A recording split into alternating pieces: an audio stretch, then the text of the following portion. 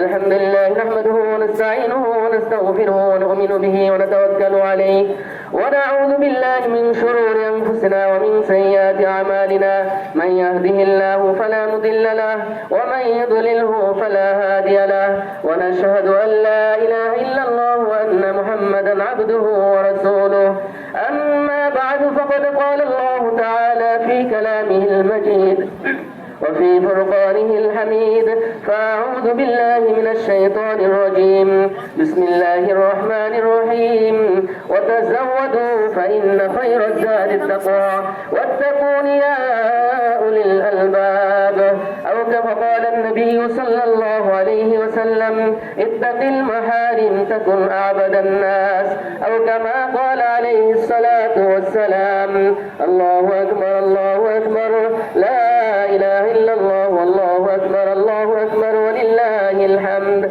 أيها الحاضرون وقال الله سبحانه وتعالى في كلامه الأخرى يا أيها الذين آمنوا اتقوا الله وكونوا مع الصادقين وقال الله سبحانه وتعالى ومن يتق الله يجعل له مخرجا وقال النبي صلى الله عليه وسلم عن أبي ذر رضي الله قال يا أبا ذر اتق الله حيثما كنت أو كما قال عليه الصلاة والسلام الله أكبر الله أكبر لا إله إلا الله والله أكبر الله أكبر ولله الحمد أحبابي الكرام وقال الله سبحانه وتعالى يا أيها الذين آمنوا اتقوا الله ولتنظر نفس ما قدمت لغد واتقوا الله إلى آخر الآية. عن سئل عن علي رضي الله تعالى عنه عن التقوى قال الخوف من الجليل والعمل بالتنزيل والقناعة بالقليل والاستعداد ليوم الرحيم. وقال النبي صلى الله عليه وسلم الله أكبر الله أكبر لا إله إلا الله والله أكبر الله أكبر ولله الحمد. بارك الله لنا ولكم في القرآن المجيد ونفعنا وإياكم بالآيات والذكر الحكيم. الله أكبر الله أكبر لا إله إلا الله والله أكبر الله أكبر ولله الحمد. الله أكبر الله أكبر لا إله إلا الله والله أكبر الله أكبر ولله الحمد. الله أكبر الله أكبر لا إله إلا الله والله أكبر الله أكبر ولله الحمد.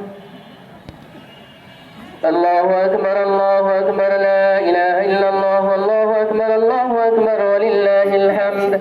الله أكبر الله أكبر لا إله إلا الله والله أكبر الله أكبر ولله الحمد. الله أكبر الله أكبر لا إله إلا الله والله أكبر الله أكبر ولله الحمد. الحمد لله الحمد لله نحمده ونستعينه ونستغفره ونؤمن به ونتوكل عليه ونعوذ بالله من شرور أنفسنا ومن سيئات أعمالنا من يهده الله فلا مضل له ومن يضلله فلا هادي له ونشهد أن لا إله إلا الله وأن محمدا عبده ورسوله. يا أيها المؤمنون خذل الله أعداءكم اعملوا الأعمال الصالحات واتقوا عن جميع المعاصي والذنوب واجمعوا خير الزاد التقوى للعقبى وتوبوا إلى الله التواب. الله أكبر الله أكبر لا إله إلا الله والله أكبر الله أكبر ولله الحمد. اللهم أعز الإسلام والمسلمين خصوصا فلسطين. اللهم أذل الشرك والمشركين خصوصا إسرائيل. اللهم دمر ديارهم اللهم دمر ديارهم.